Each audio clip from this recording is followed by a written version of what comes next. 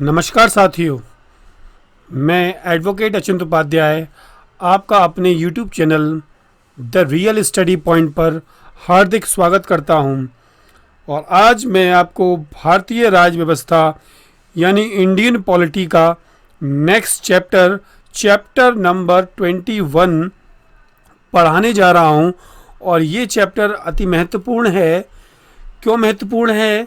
क्योंकि इसमें प्रधानमंत्री की पूरी ज़िंदगी के बारे में और अभी तक कितने प्रधानमंत्री बने, सारी चीज़ें हम बताएंगे।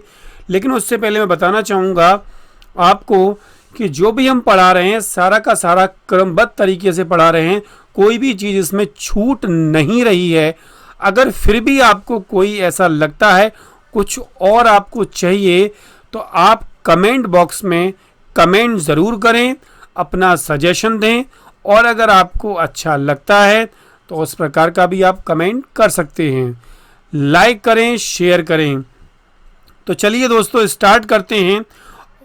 भारतीय राज्य व्यवस्था, इसमें मैंने आपको बताया कि चैप्टर 21 भारत के प्रधानमंत्री और उनका कार्यकाल, इसके बारे में आज हम सारी बात करेंगे। इस वीडियो के बाद आपको कोई भी ज़रूरत नहीं है किसी भी बुक में देखने की, क्योंकि जो बुक्स होती हैं वो पुरानी भी होती हैं, नया डेटा उनके पास नहीं होता है। इसमें करंट से रिलेटेड कोई चीज़ अगर है तो हम सारी की सारी चीज़ इसमें जोड़ते हैं और काफ़ी सारी बुक्स से पढ़कर नया डेटा लेकर और उसको ऐड करते हुए सारी जो भी आपके लिए इम्पोर्टेंट सामग्री है वो हम देने का पूरा प्रयास करते हैं। और कोशिश करते हैं कि बुक्स का इतना बड़ा मटेरियल आप बहुत शॉर्ट में पढ़ सकें। तो इसीलिए ये आपके लिए बनाई जा रही है एक क्रमबद्ध तरीके से। इसमें सबसे पहले मैं आपको बताऊंगा सारे प्रधानमंत्री और उनके कार्यकाल के बारे में, और फिर मैं कुछ रोचक चीज़ें जो मैंने इसमें नहीं भी लिखी हैं तो वो मैं उनके बारे में आपको धीरे धीरे समझाऊंगा। इसलिए मैं अभी से कहूँगा कॉपी पेन पेंसिल आप लेकर बैठ जाएं और सारी चीज़ें पेन डाउन करें, क्योंकि आप लिखते हैं तो लिखने से चीज़ें याद हो जाती हैं। Writing is a great powerful weapon. तो ऑलवेज जब भी आपको लगता है कि हमें याद नहीं हो रहा है तो आप लिख लिख के याद करें। तो सबसे पहले हम प्रधानमंत्री एवं मंत्रिपरिषद के बारे में थोड़ा सा मैं ब्रीफ में हल्का सा बताऊंगा। प्रधानमंत्री जो होता है भारत गणराज्य की सरकार का मुखिया होता है। भारत के प्रधानमंत्री का पद भारत के शासन प्रमुख, जिसे हम शासनाध्यक्ष का पद भी कहते हैं, वो होता है। संविधान के अनुसार वह भारत सरकार के मुखिया के रूप में कार्यरत होता है। भारत के राष्ट्रपति का ये मुख्य सलाहकार होता है। ध्यान रखना है कि भारत के राष्ट्रपति का जो मुख्य सलाहकार है, ऑप्शन आ जाए तो वो प्रधानमंत्री होता है। मंत्रिपरिषद का ये मुखिया होता है तथा लोकसभा में बहुमत पाने वाले दल का ये नेता होता है। मतलब सत्ताधारी जो पक्ष होता है उसका ये नेता होता है, हेड होता है। वह भारत सरकार के कार्यपालिका का नेतृत्व करता है। और मैंने इससे पहले वीडियो बना दी हैं कि जो मंत्रिपरिषद होती है, कार्यपालिका होती है, उसमें क्या क्या चीज़ें होती हैं, सारी की सारी A to Z हर चीज़ आपको मिलेगी उसमें। आप मेरी पुरानी वीडियोस को देख सकते हैं जाकर, जो 21 चैप्टर से पहले मैंने करवाई हुई हैं। भारत की राजनीतिक प्रणाली, प्रधानमंत्री मंत्रिमंडल में वरिष्ठ सदस्य ये माना जाता है। तो ये प्रधानमंत्री के बारे में हल्का सा मैंने ब्रीफ बताया है। चलिए दोस्तों, इसमें आगे मैं बताता हूँ इनका क्रम। सबसे पहले जो हुए जवाहरलाल नेहरू हुए, जो 1947 से 1964 तक बने, और जब इनकी मृत्यु हुई तो अपनी मृत्यु के बाद ही इनका कार्यकाल समाप्त हो पाया। गुलजारी लाल नंदा, जो आपको ये दिखाई दे सकते हैं यहाँ पर इमेज में, 1964 से ये 27 मई से 9 जून कार्यवाहक, ये एक्टिंग बने थे। एक्टिंग माने जाएंगे प्रधानमंत्री।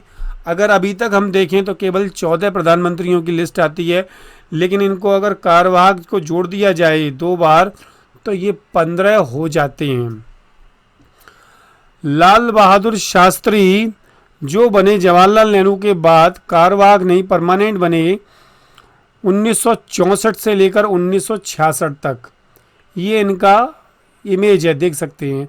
गुलजारी लाल नंदा 1966 में लाल बहादुर शास्त्री की डेथ के बाद ये बने 11 से लेकर 24 जनवरी तक कार्यवाहक ये बने प्रधानमंत्री। इंदिरा गांधी 1966 से बनी, फिर 1977 तक इनका लंबा कार्यकाल रहा है। और मोरारजी देसाई, जैसा कि आप देख सकते हैं इंदिरा गांधी का ये इमेज है, 1977 से 1979 मतलब 1979 तक ये मोरारजी देसाई रहे।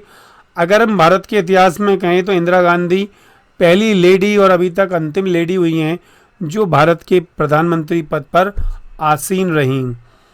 चरण सिंह, चौधरी चरण सिंह जो बने वो 1979 से लेकर 1980 तक प्रधानमंत्री पद पर रहे। और फिर इसके बाद इंदिरा गांधी 1980 में फिर चुनी गई और 1984 तक ये प्रधानमंत्री रहीं। ये इमरजेंसी के दौरान से पहले, मतलब इमरजेंसी लगी थी उसके बाद की ये कहानी है। और फिर इसमें इमरजेंसी जब हटी, इंदिरा गांधी दोबारा से प्रधानमंत्री फिर बनी। राजीव गांधी 1984 से, यहाँ पर ये 19 की जगह पर 0 लिख गया है 9 की जगह पर, तो 1984 से ये 1979, तो ये बने 1989 में। ये राजीव गांधी का आपका इमेज है, ये चौधरी चरण सिंह का है। मोरारजी देसाई पहले ऐसे प्रधानमंत्री थे जिन्होंने कार्यकाल की बीच ही त्याग पत्र दे दिया था। ये मोरारजी देसाई के बारे में ये एक मैंने इम्पॉर्टेंट पॉइंट बता दिया। आगे आते हैं विश्वनाथ प्रताप सिंह जो राजीव गांधी के बाद बने, 1989 से लेकर 1990 तक बने ये। चंद्रशेखर जो बने 1990 से लेकर 1991 तक इनका कार्यकाल रहा है। फिर पीवी नरसिंह राव ये 1991 से 1996 तक ये रहे। और फिर आते हैं अटल बिहारी वाजपेयी 1996 से 16 मई से 1 जून, इनका ये जो कार्यकाल था काफ़ी शॉर्ट रहा था। प्रधानमंत्री थे लेकिन पूर्ण बहुमत सिद्ध नहीं कर पाए। HD देवेगौड़ा ये नेक्स्ट प्रधानमंत्री आए हमारे इतिहास के, 1996 से 1997 तक ये बने। और फिर नेक्स्ट आते हैं इंद्र कुमार गुजराल, 1997 से 1998 तक इनका कार्यकाल रहा। फिर आते हैं अटल बिहारी वाजपेयी, दोबारा से बनते हैं ये, और 1998 से ये 2004 तक इन्होंने पूरी सरकार चलाई अपनी इस कार्यकाल में। और फिर आते हैं डॉक्टर मनमोहन सिंह, 2004 से मई 2014 तक, ये भी इन्होंने काफ़ी 10 साल तक इनका कार्यकाल रहा, जो लंबे समय तक ये प्रधानमंत्री रहे। और फिर आते हैं नरेंद्र मोदी, 2014 में और 2019 तक ये प्रधानमंत्री रहे। और अब 2019 से नरेंद्र मोदी आज की वर्तमान स्थिति में हमारे देश के प्रधानमंत्री हैं। HD देवेगौड़ा पद ग्रहण करते समय कर्नाटक विधानसभा के सदस्य थे, जो ये दिखाया जा सकता है। HD देवेगौड़ा कर्नाटक विधानसभा के ये सदस्य थे। तो ये मैंने सारी इमेज लगा दी हैं अटल बिहारी वाजपेयी की, मनमोहन सिंह की, इंदिरा कुमार गुजराल की। तो आप देख सकते हैं इमेज के ज़रिए समझ सकते हैं इन चीज़ों को। तो इसमें कुछ मैं आपको बताने वाला था, कुछ रोचक चीज़ें मैं यहाँ पर आपसे साथ शेयर करना चाहूँगा कि जब वर्ष 1947 से 2017 तक की कहानी थोड़ी सी मैं आपको ब्रीफ में हल्का सा बताना चाहूँगा। तो कॉपी पेन पेंसिल आप लेके बैठ जाएं। प्रधानमंत्री के इस पद पर कुल 14 पदाधिकारी अपनी सेवा दे चुके हैं, जैसा कि मैंने आपको बताया। और यदि गुलजारी लाल नंदा को भी गिनती में शामिल किया जाए, जो कि 2 बार कार्यवाहक प्रधानमंत्री के रूप में अल्पकाल हेतु अपनी सेवा दे चुके हैं, तो यह आंकड़ा 15 हो जाता है। 1947 के बाद कुछ दशकों तक जो दशक चले वो भारतीय राजनीतिक मानचित्र पर कांग्रेस पार्टी का लगभग चुनौती विहीन निरंतर राज रहा। इस काल के दौरान भारत ने कांग्रेस के नेतृत्व में कई मजबूत सरकारों का राज देखा, जिनका नेतृत्व कई शक्तिशाली व्यक्तित्व के प्रधानमंत्री जो आए उन्होंने किया। भारत के पहले प्रधानमंत्री जवाहरलाल नेहरू थे, जिन्होंने 15 अगस्त 1947 में भारत की स्वाधीनता समारोह के साथ अपने प्रधानमंत्री पद की शपथ ली थी, जिन्होंने अविरल 17 वर्षों तक भारत को प्रधानमंत्री के रूप में अपनी सेवाएं दी और वे 3 पूर्ण और 1 खंडित कार्यकाल तक इस पद पर विराजमान रहे। उनका कार्यकाल 1964 में उनकी मृत्यु के बाद ही समाप्त हुआ। वे अब तक के सबसे लंबे समय तक शासन संभालने वाले प्रधानमंत्री हैं।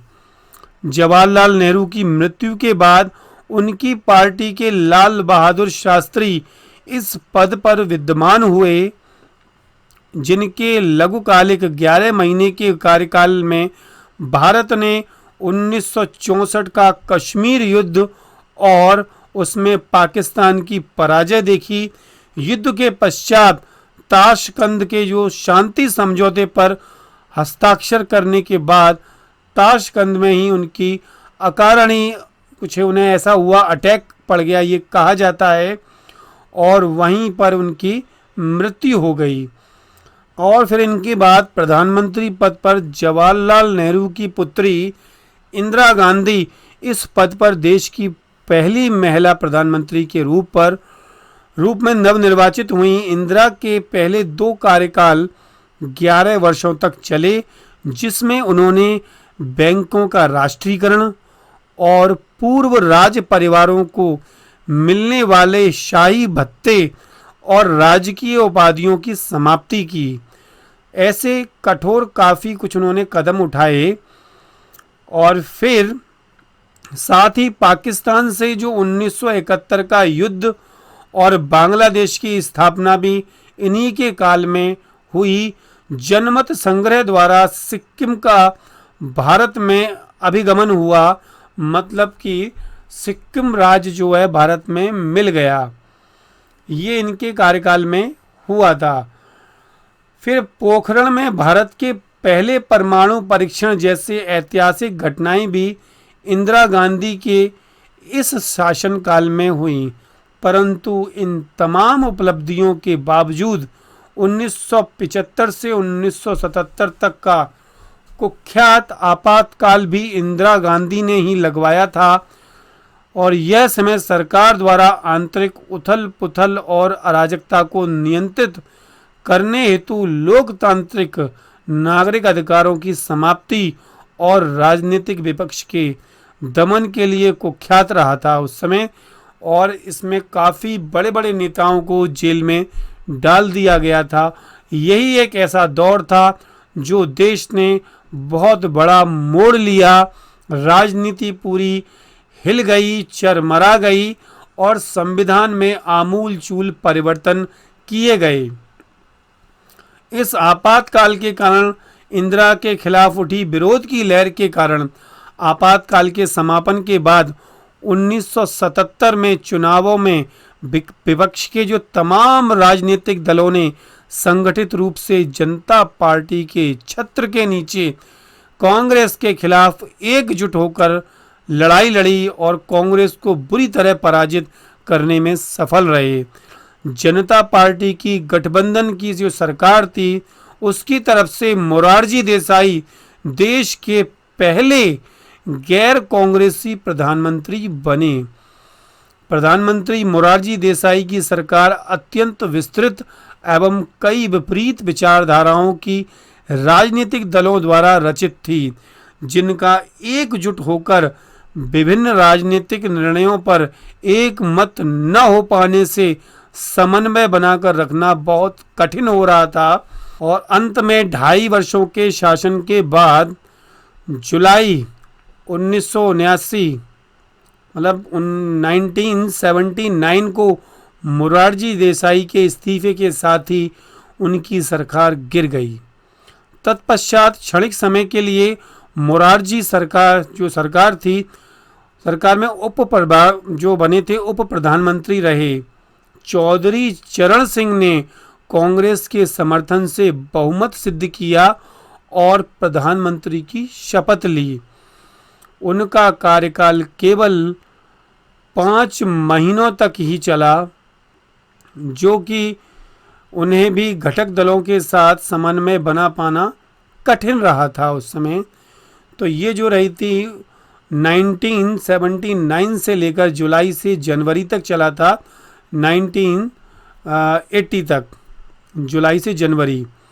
अंततः कांग्रेस के जो अब आगे क्या हुआ कहानी की, कांग्रेस के समर्थन वापस लेने के कारण उन्होंने भी बहुमत खो दिया और क्या हुआ कि उन्हें भी इस्तीफा ही लास्ट में देना पड़ा। इन तकरीबन लगभग देखा जाए तो 3 वर्षों की सत्ता में बेदखली के बाद कांग्रेस फिर पुनः उन्होंने भारी बहुमत प्राप्त किया और सत्ता पर विराजमान हुई और इंदिरा गांधी को अपने दूसरे कार्यकाल के लिए निर्वाचित किया गया। इस दौरान उनके द्वारा की गई सबसे कठोर एवं विवादास्पद कदम वो था ऑपरेशन ब्लू स्टार, जिसे अमृतसर के हरि मंदिर साहिब में छिपे हुए खालिस्तानी और आतंकवादियों के खिलाफ किया गया था। और इन द लास्ट उनका जो कार्यकाल था 31 दिसंबर 1984 की सुबह को उनकी हत्या के साथ समाप्त हो गया और इंदिरा के बाद भारत के प्रधानमंत्री बने उनके ज्येष्ठ पुत्र राजीव गांधी, जिन्हें 31 अक्टूबर की शाम को ही कार्यकाल की शपथ दिलाई गई। उन्होंने पुनः निर्वाचन करवाया और इस पर कांग्रेस ऐतिहासिक बहुमत प्राप्त कर विजयी हुई और सन 1984 के चुनाव में कांग्रेस ने लोकसभा में 401 सांसद संख्या का विशाल बहुमत प्राप्त किया था, जिसने इतिहास रच दिया था, जो कि किसी भी दल का द्वारा प्राप्त किए गए बहुमत से विशालतम संख्या में था। 40 वर्ष की आयु में प्रधानमंत्री पद की शपथ लेने वाले राजीव गांधी इस पद पर विराजमान होने वाले सबसे युवा व्यक्ति थे, सबसे युवा प्रधानमंत्री माने गए। राजीव गांधी की हत्या के बाद राष्ट्रीय मंच पर उभरे विश्वनाथ प्रताप सिंह, जो कि राजीव गांधी की कैबिनेट में वित्त मंत्री तथा रक्षा मंत्री के पद पर थे और अपनी साफ छवि के लिए जाने जाने वाले विश्वनाथ प्रताप सिंह ने अपने वित्त मंत्री और रक्षा मंत्रित्व के समय में भ्रष्टाचार, कालाबाजारी, टैक्स चोरी जैसी समस्याओं के खिलाफ कई कदम उठाए थे। कहा जाता है कि इसीलिए विश्वनाथ प्रताप सिंह के बढ़ते प्रभाव को खतरा मान राजीव गांधी ने उन्हें मंत्रिमंडल से 1987 में निष्कासित कर दिया था, हटा दिया था और 1988 में उन्होंने जनता दल नामक राजनीतिक दल की स्थापना की और अनेक कांग्रेस विरोधी दलों की मदद से नेशनल फ्रंट नामक गठबंधन का गठन किया और फिर 1989 के चुनाव में कांग्रेस 64 सीटों तक सीमित रह गई। इतनी हालत खराब हो गई थी कि कांग्रेस को जो 401 सीट मिली थी वो केवल अब 64 सीट रह चुकी थी, जबकि नेशनल फ्रंट सबसे बड़ा गठबंधन बनकर उभरा। भारतीय जनता पार्टी और वामपंथी दलों के बाहरी समर्थन के साथ नेशनल फ्रंट ने सरकार बनाई, जिसका नेतृत्व विश्वनाथ प्रताप सिंह द्वारा किया गया। वीपी सिंह के कार्यकाल में सामाजिक न्याय की जो दशा में कई कदम उठाए गए, जिनमें से एक विवादास्पद निर्णय भी था। वीपी सिंह ने अनारक्षित जो राष्ट्रव्यापी उग्र विरोध को सामाजिक समानता की तुलना में वरीयता देते हुए और अनदेखा कर मंडल आयोग के अन्य पिछड़ी जातियों को भी आरक्षण देने के सुझावों को मानते हुए अन्य पिछड़े वर्ग में आने वाले लोगों के लिए भी नौकरी और शिक्षण संस्थानों में आरक्षण का प्रावधान पारित कराया। इसके अलावा उन्होंने राजीव गांधी के काल में श्रीलंका में तमिल आतंकवादियों के खिलाफ जारी भारतीय शांति सेना की कार्रवाई पर भी रोक लगा दी थी उस समय। तो ये उनके कदम थे। और अमृतसर के हरमिंदर साहिब में जो ऑपरेशन ब्लू स्टार हेतु क्षमा याचना के लिए उनकी यात्रा और उसके बाद के घटनाक्रमों ने बीते वर्षों से पंजाब में तनाव को लगभग पूरी तरह शांत कर दिया था। परंतु अगर आगे देखें तो अयोध्या में जो कार सेवा के लिए जा रहे लालकृष्ण आडवाणी की रथ यात्रा को रोक आडवाणी की गिरफ्तारी के बाद भाजपा ने सरकार से अपना समर्थन वापस ले लिया। तब वीपी सिंह ने 7 नवंबर 1990 को अपना त्याग पत्र राष्ट्रपति को सौंप दिया। वीपी सिंह के इस्तीफे के बाद उनके पूर्व साथी चंद्रशेखर ने 64 सांसदों के साथ समाजवादी जनता पार्टी गठित की और कांग्रेस के समर्थन के साथ लोकसभा में बहुमत सिद्ध किया। परंतु उनका प्रधानमंत्री काल अधिक समय तक नहीं चल सका। जब अगर देखें तो ज़्यादा उनका समय नहीं चला था। कांग्रेस की समर्थन वापसी के कारण नवंबर 1991 में चंद्रशेखर का 1 वर्ष से भी कम का कार्यकाल समाप्त हो चुका था और नए चुनाव उस समय घोषित हो गए। प्रधानमंत्री चंद्रशेखर ने 6 महीने के शासनकाल के पश्चात कांग्रेस पुनः सत्ता में आई और इस बार पम्मलापटी वेंकट रमन थे वीपी नरसिंह राव के नेतृत्व में नरसिंह राव दक्षिण भारतीय मूल के प्रधानमंत्री बने। साथ ही वे न केवल नेहरू गांधी परिवार से बाहर के पहले कांग्रेसी प्रधानमंत्री थे बल्कि वे नेहरू गांधी परिवार के बाहर के पहले ऐसे प्रधानमंत्री थे जिन्होंने अपना पूरे 5 वर्षों का कार्यकाल पूर्ण किया था। ये इतिहास की बहुत बड़ी घटना थी, सबसे पहले जो हुई थी। नरसिंह राव जी का कार्यकाल भारतीय अर्थव्यवस्था के लिए निर्णायक एवं ऐतिहासिक परिवर्तन का समय माना जाता था। अपने वित्त मंत्री मनमोहन सिंह के जरिए नरसिंह राव ने भारतीय अर्थव्यवस्था की उदारीकरण की शुरुआत की, जिसके कारण भारत की अब तक सुस्त पड़ी खतरों से जूझती अर्थव्यवस्था को पूरी तरह बदल दिया था। ये बहुत सकारात्मक और अर्थव्यवस्था को उठाने वाला अग्रगणी जो कदम था। इन उदारीकरण के निर्णयों से भारत को एक दृढ़ता, नियंत्रित कृषि उद्योग मिश्रित अर्थव्यवस्था से एक बाजार निर्धारित अर्थव्यवस्था में तब्दील कर दिया गया। इन आर्थिक नीतियों को आगामी सरकारों ने भी जारी रखा, जिनने भारतीय अर्थव्यवस्था को विश्व की सबसे गतिशील अर्थव्यवस्थाओं में से एक बनाया। तो ये पीवी नरसिम्हा राव का जो कार्यकाल बहुत सशक्त और देश को ऊंचा उठाने वाला था। इन आर्थिक परिवर्तनों के अलावा नरसिंह राव के कार्यकाल में भारत ने अयोध्या की बाबरी मस्जिद, राम जन्मभूमि के विवादित ढांचे का विध्वंस और भारतीय जनता पार्टी का एक राष्ट्रीय स्तर के दल के रूप में उदय भी देखा है।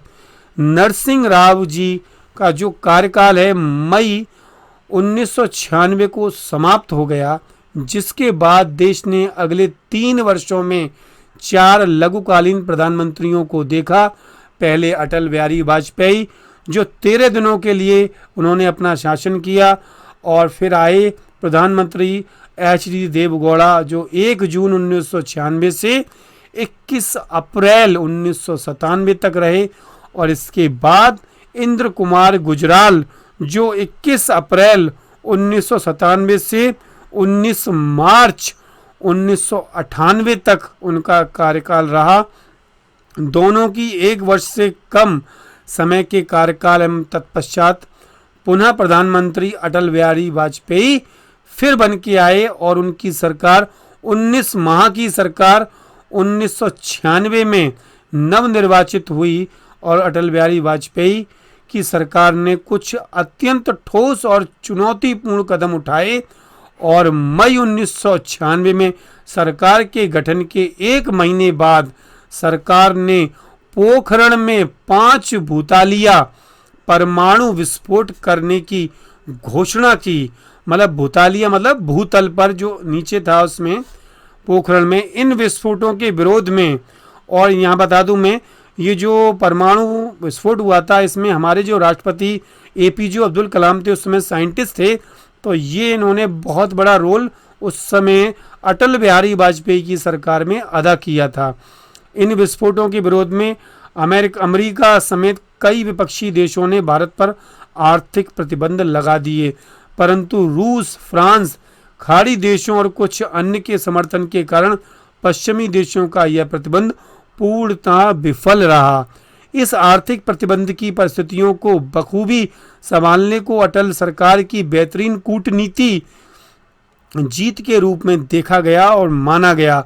भारतीय परमाणु परीक्षण के जवाब में कुछ महीने बाद ही पाकिस्तान ने भी परमाणु परीक्षण किया था।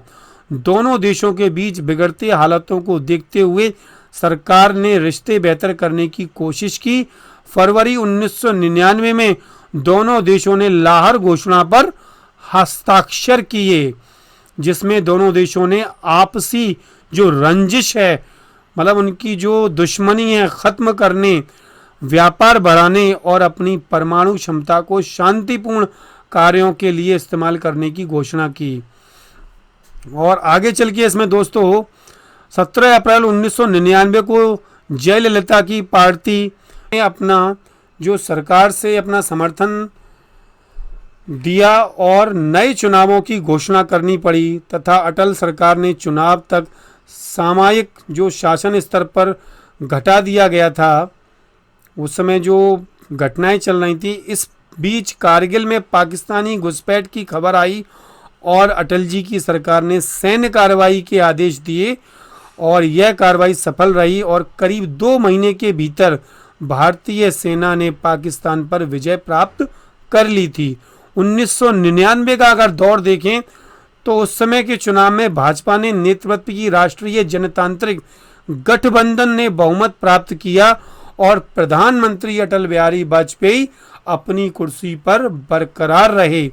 अटल बिहारी ने आर्थिक उदारीकरण की प्रक्रिया को बरकरार रखा और उनके शासनकाल में भारत ने अभूतपूर्व आर्थिक विकास दर प्राप्त किया।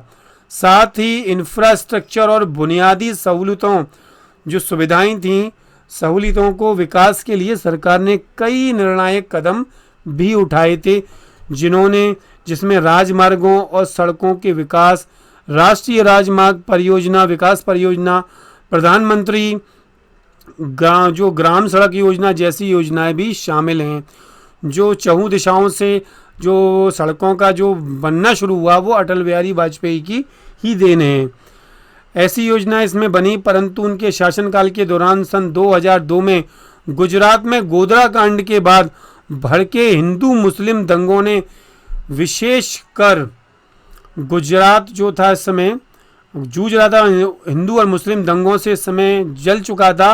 विशेषकर गुजरात एवं देश के अन्य कई हिस्सों में स्वतंत्रता पश्चात भारत के सबसे हिंसक और दर्दनाक सामुदायिक दंगों को भड़का दिया था।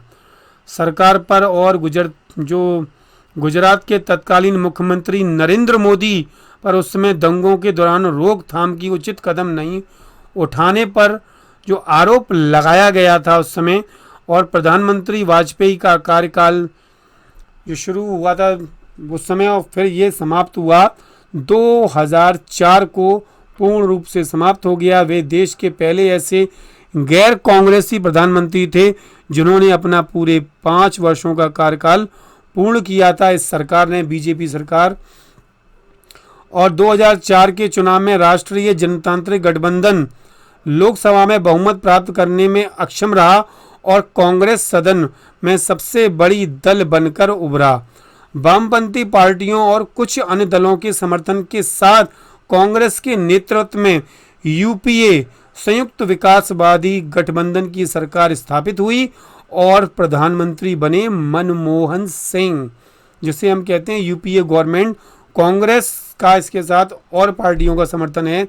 2 पूर्ण कार्यकालों को तक इस पद पर अपनी सेवा दी इन्होंने, और इनके कार्यकाल में देश की प्रधानमंत्री वाजपेयी के समय हासिल किए गए आर्थिक गति को बरकरार रखा। और इसके अलावा सरकार ने आधार, विशिष्ट पहचान पत्र और सूचना अधिकार जैसी सुविधाएं पारित की। इसके अलावा मनमोहन सिंह के कार्यकाल में अनेक सामरिक और सुरक्षा संबंधित चुनौतियों का सामना भी करना पड़ा। 26 नवंबर 2008 को मुंबई पर हुए आतंकवादी हमले के बाद देश में कई सुरक्षा सुधार कार्यान्वित किए गए उस समय दोस्तों। और इनके पहले कार्यकाल के अंत में अमेरिका के साथ नागरिक परमाणु समझौते के मुद्दे पर लेफ्ट फ्रंट के समर्थन वापस से सरकार लगभग गिरने के कगार तक उस समय पहुंच चुकी थी। परंतु अगर देखा जाए, सरकार बहुमत सिद्ध करने में सक्षम भी रही और 2009 के चुनाव में कांग्रेस और भी मजबूत जनादेश के साथ सदन में आई। और प्रधानमंत्री मनमोहन सिंह प्रधानमंत्री के पद पर आसीन रहे। और प्रधानमंत्री मनमोहन सिंह का दूसरा कार्यकाल अनेक उच्च स्तरीय घोटालों और भ्रष्टाचार के आरोपों से घिर रहा था उस समय। साथ ही आर्थिक उदारीकरण के बाद आई प्रशंसनीय आर्थिक गति भी सुस्त पड़ गई थी और अनेक महत्वपूर्ण परिस्थितियों में ठोस व निर्णायक कदम उठा न पाने के कारण सरकार की छवि काफ़ी खराब हो चुकी थी और प्रधानमंत्री मनमोहन सिंह का कार्यकाल 2014 में समाप्त हो गया। और 2014 के चुनाव में भारतीय जनता पार्टी, जिसने भ्रष्टाचार और आर्थिक विकास के मुद्दे पर चुनाव लड़ा था, और उन्होंने अभूतपूर्व बहुमत प्राप्त किया, काफ़ी बहुमत से जीती और नरेंद्र मोदी को प्रधानमंत्री नियुक्त किया। वे पहले ऐसे गैर प्रधानमंत्री हैं, कांग्रेसी हैं, जिसके पूर्ण बहुमत के साथ सत्ता पर विद्यमान हुए हैं। साथ ही मतलब पहली बार पूर्ण बहुमत मिला है। साथ ही वे पहले से प्रधानमंत्री जो कि आज़ाद भारत में जन्मे हैं। और सन 2019 में दोबारा से नवनिर्वाचित हुए प्रधानमंत्री नरेंद्र मोदी, जो आज वर्तमान में आज भी उपस्थित हैं as a prime minister of India.